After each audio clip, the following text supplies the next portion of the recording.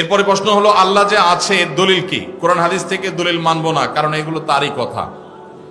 এটা আমাদের যে ভাই প্রশ্ন দিয়েছেন, তিনি যদি আমাদের কোনো নাস্তিক ভাই হন বা অন্য ধর্মাবলম্বী ভাই হন বা যেই হন না কেন, তাকে আমি বলতে চাই, আল্লাহ যে আছেন এটা প্রমাণ হলো আপনি নিজে।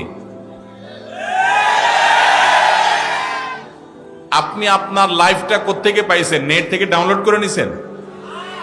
কি বলেন? আপনি নিজেকে কোত্থেকে পাইছেন? আপনার আব্বা আম্মা আপনাকে নেট থেকে ডাউনলোড করে নিয়ে আসছে? ভাইরা আমার, আমাদের অস্তিত্বই আল্লাহর অস্তিত্বের সাক্ষী।